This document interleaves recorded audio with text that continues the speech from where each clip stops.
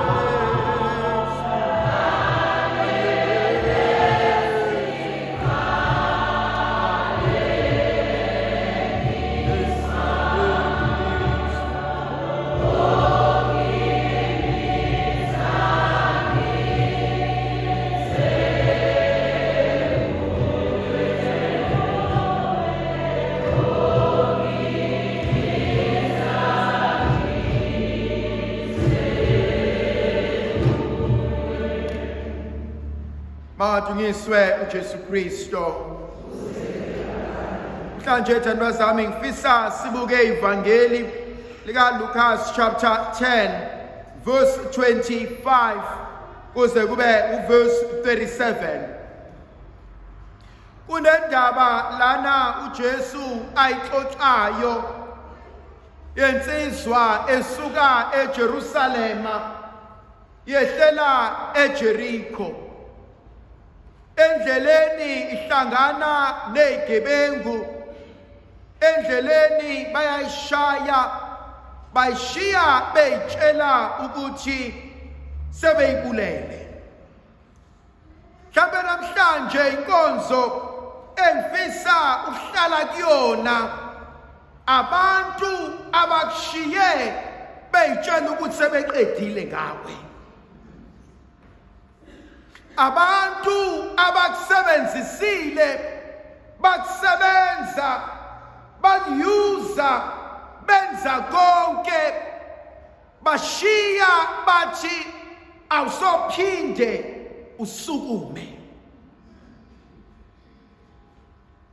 Ziningi izinto ezidale ukuba abanye abantu sibangenise empilweni zethu.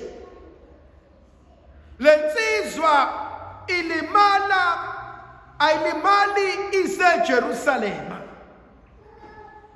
ayilimali isekhaya, ayilimali ihleli nabantu ekhule nabo, kodwa kufika izigebengu isendleleni seyisukile ekhaya. Abanye bethu balimale sebephumile emakhaya. Abanye bethu balimale beyobheka impilo ezoba ngcono. Abanye bethu balinyazwe abantu ebekade bebathemba. Abanye bethu balinyazwa abantu esigudleni nabeswini. Kodwa inkonzo eyiqiniso silimalile. Omunye umvulele ikhaya lakho, wahlala naye, wamondla, wamfundisa, wamnika konke, uthe angasutha waseyaxhaphaka. Kodwa inkonzo engihleli kuyona silimele. Ngiyayibuka lensizwa eseshiye konke, iyahamba eJerikho bese bevuka beyilimaza. Asilazi igama layo, asiyazi bayishayelani, asazi bathatheni kuyona, kodwa bayishiye bayitshela ukuthi ayisophinde iyakwazi ukusukuma. Abanye balimala emsebenzini beyozamela abantwana babisinkwa. Abanye kuthiwa mawufuna leli qatha qale wenza ukuthi nokuthi ebese ngiyakunikeza lona. Abanye bathe sebelitholile iqatha, kwathiwa leli qatha ngikunika lona ngekulifake kowakho umlomo lizoqala edliwe yimina, nelilandelayo edliwe yimina, nelilandelayo edliwe yimina, wena usuyothola kwelesi-4 noma kwelika-5.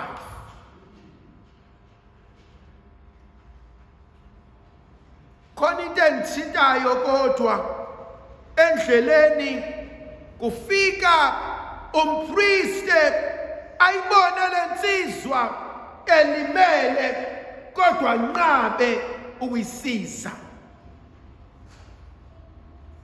Lensizwa mhlambe iyambuka, iyayitshela ukuthi nangu umuntu kaNkulunkulu ozongikhushisa, ozongisiza, kanti uyena ozongilimaza. Ngiyayixoxa indaba omunye umfowethu uthi efika eGoli engakalazi iGoli kwakukhona lento yokubamba inkunzi. Uthi behamba ke emgaqweni naba bafana abafuna ukumbamba inkunzi ebese bungaqamamana kunabantu abagqoke ingubo zesonto. Uyabona ukuthi lezi insizwa zifaka ingubo zesonto ziphethe induku zazo zisonta kuleli bandla. Ebese ethi lona angibaleke kulaba abazongilimaza, angihambe ngiyocasha kulaba abaphethe amabhayibheli bazongisiza. Nangempela agijima ekubona, acashe kubona, bathi khululeka mfowethu, vele siyazazi izigebengu zaseGoli, thina sokuvikela, asishoneni le bese siyahamba siyocasha. Kwathi angajika ngale wayibona abambamba inkunzi. Bangaki abantu abafike ngokukholwa, bafika ngokukholwa kodwa benza izinto engenabo ubuNkulunkulu. Enye into engithintayo ngalensizwa abayishiye beyitshela ukuba sebeqedile ngayo, kufika umuntu oyisitha abangabhekani, abangakhulumisani. Kodwa lo baba uthi angayibona lensizwa inhliziyo yakhe ebese iba nomunye. Zimbili izinto azenzayo. Eyokuqala uthi angayibona athathe iwayini ayigeze amanxeba, athathe amafutha ayigcobe isilonda. Yangithinta lenkonzo ngoba wenza into eveza ubuntu nobuNkulunkulu ngesikhathi esisodwa. Bangaki kuthina abahamba nezilonda engabhandishiwe, ezigqizayo, ezingcolile kodwa basifihlile. Bangaki abahleli nezinto ezibalimazayo abakwazi ukuba babuyele emakhaya ngoba balimale besendleleni. Ngiyayithanda into eyenziwa ilensizwa ngoba inkhombisa umusa uNkulunkulu awenzayo empilweni zethu. Uthi wozani kumina nina nonke enikhatheleyo nensindwayo. Mhlawumbe namhlanje kuleli misa bengifisa sikhulekele labo abalahlekelwe lithemba, abathi Nkosi sengishayekile, sengilimele, angazi ngizovuka kanjani. Abathi Nkosi ebengibathanda yibona abangiphendukele, ebengibathemba yibona abangivukele endleleni. uJesu uma esebuza kubona bonke labantu, ngubani oveze ukuthi umakhelwane weqiniso? Mhlawumbe umbuzo engifisa ukubuza, bangaka abantu abalimele ngenxa yami? Bangaka abantu engibalimazile, engibahlukumezile, engikhulume kabi nabo, ngabasusa enkonzweni kaNkulunkulu ngenxa yenhloso zami engalunganga? Thile nsizwa uma isizohamba ithatha lona olimele iyombeka la ezobhekelwa khona, ebesethi ngicela ningibhekele yena. Uma kukhona okunye enikudingayo ngicela nimsize, sengiyoqedela uma sengibuya. uJesu ngangihambaze, ngangihlubule, ngangilambile, wawukephi? Inkonzo engiyibona sibizelwa kuyona inkonzo yokwelaphana ngoba siyakwazi ukulimala, inkonzo yokusizana, inkonzo yokutakulisana, inkonzo yokuthwalisana, kodwa ngaphezu kwakho konke inkonzo yokuvusana nokutshelana ukuthi uNkulunkulu usangaselapha. Ndlovukazi yezulu abenathi sibusi sizivikele, sikhanyisele sinika amandla negrasiya likaNkulunkulu, igama likaYise benendodana nomoya ocwebileyo. Amen.